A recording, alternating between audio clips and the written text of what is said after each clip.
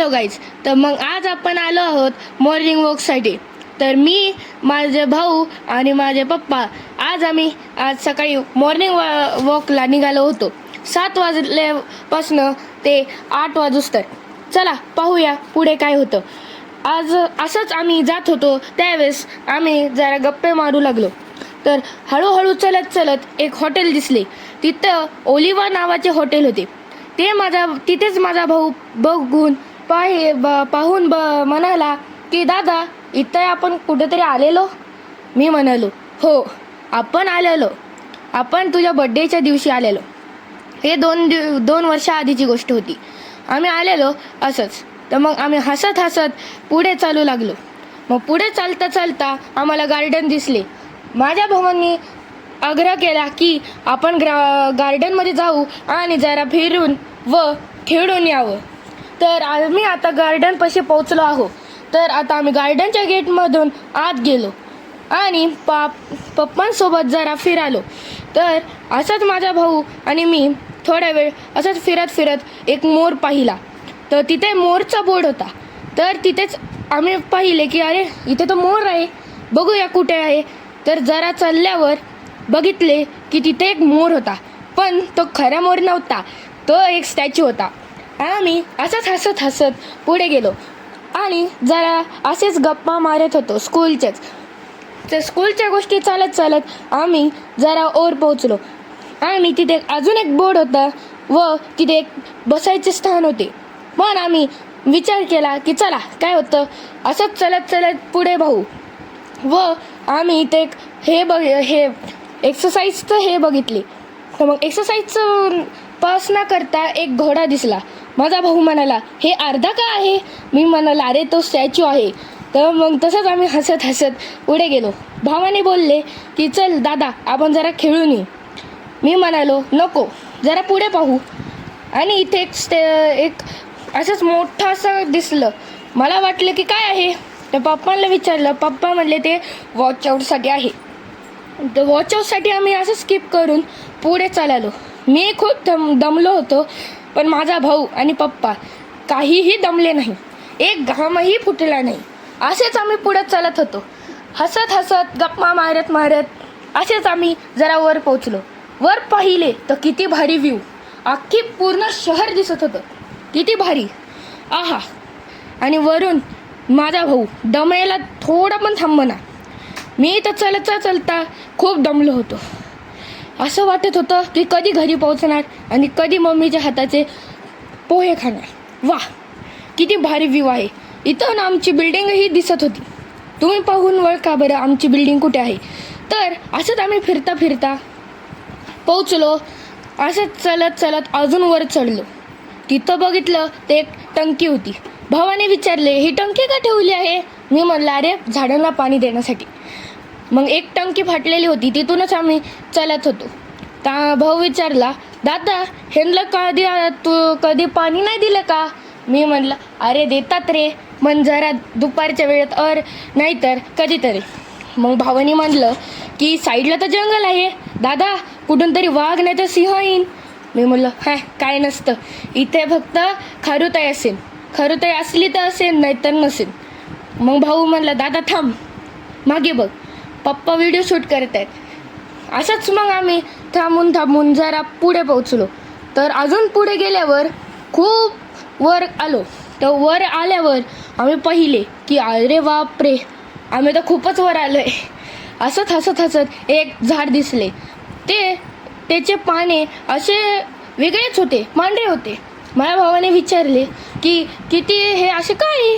मी बघून सांगितले अरे मला पण नाही माहिती, पण आपण शिकूया पुढे. आता सांगते ना आपल्याला, शाळेत आपल्याला सांगतील. वरून आमच्या शाळेत पण ही असे 2-3 झाडे आहेत. तर आम्ही असंच चलत चलत गप्पा मारत मारत असंच चलत होतो. मग आमच्या पप्पांनी अख्ख्या शहरचा एक मस्त व्ह्यू दाखवला. तर बघून पहा की कसं आहे. तर आम्ही असंच चलत खूप वेळ घालवला. मग बघितले की एक वाघ येते. माझ्या भावाने विचारला की अरे ते वाघ किती लांब आहे, कधी पोहोचणार आपण. तर तो म्हणाला, मी म्हणालो की अरे हो थोड्या वेळ तर थांब. किती लवकर जाणार आहेस तू, थोडा वेळ थांब, आपण दोघंही जाऊ. तर आम्ही वाघाच्या जवळ जात होतो. तर माझ्या भावाने चक्क पुष्पाची स्टाईल पकडली आणि तसाच चालत होता. असं वाटत होतं की पुष्पराज त्याच्यात अंगात आला आहे. तर आम्ही असंच पाईपला सरकून साईडनी गेलो.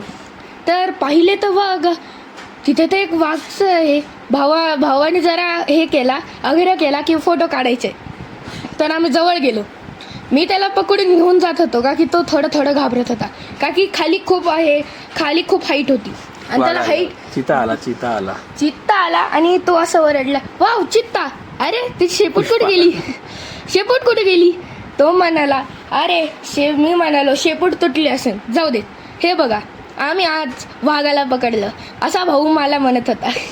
पप्पांनी मग 2-3 फोटो काढले. हे बघा आमचे हे 2-3 फोटोज. आणि हे बघा हे फुल आहे माहीत नाही झाड. मग आम्ही खाली उतरत होतो. खाली उतरताना भावानी 2-3दा आग्रह केला की मला खेळायचे. तर पप्पा म्हणाले, चला थोडंसं खेळूया, काय नाही होत. आजचा दिवस तसं पण पप्पा घरीच होते. तर मग आम्ही अर्णवने लवकरच खाली उतरले व म्हणाला की पप्पा चला की आपण आज फोटो घेऊ. आणि ही गाय का म्हैस आहे माहीत नाही, पण त्याच्यासोबत थोडे फोटो घेतले. म्हैस आहे. तर मग भावाने जरा असं खेळाडू काढला स्वतःतून आणि असा खेळू लागला. तर मी पण तो म्हणाला की दादा जरा मदत कर ना, मला ढकेल ना. मी म्हणालो, अरे मी काय छोटा आहे का तुझ्यासोबत खेळायला. मग मी जरा चढलो व हाईटची भीती आहे पण थोडा बहुत चढलो आणि खाली उतरायचा प्रयास केला. मला भाऊ म्हणाला, थांब दादा मी पण येतो. मग जरा तो पण थांबूनही खेळू लागला. मी म्हणलो, थांब जरा मीच येतो, तुला ढकलायला 2 मिनिटं थांब. मग भावाने खूप आग्रह करून मला आणलेच आणि आणल्यावर मी त्याला जरा खेळवले. मग भाऊ म्हणाला, दादा जरा धक्का दे ना. तर मी पण जरा असा धक्का दिला आणि तो जरा फिरला. तर मग तो जरा घाबरू लागला, पण मी म्हणाला, अरे गच्च पकड नाही तर पडशील. पण तो घाबरत नव्हता. तो तर अजून म्हणाला की दादा अजून स्पीडमध्ये पड. मीच त्याला घाबरून बघितलं आणि मी म्हणालो, चल ना जाऊ दे आता आपण हे खेळू. मी पण दमलो होतो म्हणून आम्ही दोघांनी असं जरा खेळलो आहे. आणि कसं वाटतं हे सांगा. व आणि जरा कसरत केली. हे पहा माझा भाऊ कसा करत आहे व ते कसं चढला हे पण पहा. मी पण मस्त जरा चढलो, पण भीती होती की पडेल का नाही, पण पाय सटकू लागलं तरी मी कसं तरी चढलो.